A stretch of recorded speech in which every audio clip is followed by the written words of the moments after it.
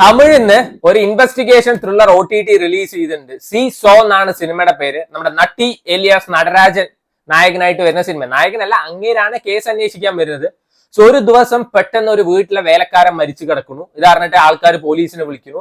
നായകനും നായികയും കാണാതാവുന്നു. ഇത് അന്വേഷിക്കാൻ വരുന്ന നട്ടി എലിയാസ് നടരാജൻ. സോ ഈ സിനിമയിൽ നായികയും കാണിക്കാത്തതുകൊണ്ട് തന്നെ അവിടെയുള്ള വിറ്റ്നസിനൊക്കെ പിടിച്ച് ചോദ്യം ചെയ്യുമ്പോഴാണ് സിനിമയുടെ ഫ്ലാഷ് ബാക്കും തേങ്ങയും മാങ്ങയൊക്കെ പറയുന്നത്.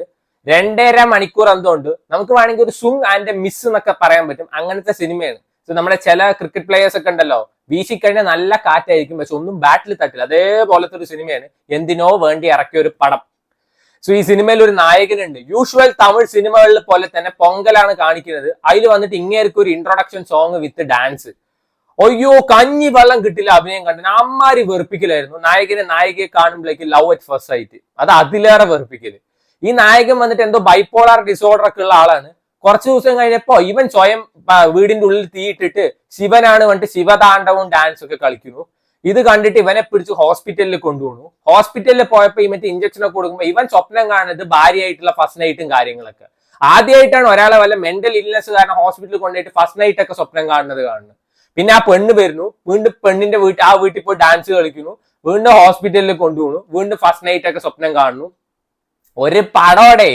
അത് കഴിഞ്ഞിട്ട് ബാക്കിയുള്ള എല്ലാ സിനിമയിലും നമുക്ക് എന്തെങ്കിലും പ്രശ്നം ഉണ്ടെങ്കിൽ നമ്മൾ പോലീസിനോടാ പറയാ. പോലീസ് നട്ടി പറയാണ്, ഞാൻ അന്വേഷിക്കുക, നിങ്ങളും അന്വേഷിക്കുക. എന്നാ പിന്നെ തന്റെ ആവശ്യം എന്നാ? അതാ മനസ്സിലാവാത്തത്.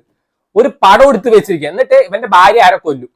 അപ്പൊ ഇവൻ പ്രാന്തനാണല്ലോ. ഇവന് വേണ്ടി ഭാര്യയോടൊപ്പം കുറച്ചു കാലം കൂടി ജീവിക്കാൻ വേണ്ടി ഇവന്റെ കൂട്ടുകാരൻ ഭാര്യയെ ബോഡി പോയിട്ട് എംബാം ചെയ്തിട്ട് സാരിയൊക്കെ ഉടുപ്പിച്ചു കൊടുക്കുന്നു. ഇവൻ അവരൊപ്പം പോയി കിടക്കുന്നു. ഇത് എന്തോന്നടേ എടുത്തു വെച്ചിരിക്കുന്നത്. എന്നിട്ട് ലാസ്റ്റ് കുറച്ച് ഓൺലൈൻ ഗെയിമിങ്ങും പരിപാടിയൊക്കെ കൊണ്ടുവന്നിട്ട് ത്രില്ലർ നല്ല രീതിയിൽ എൻഡ് ചെയ്തിട്ടുണ്ട്.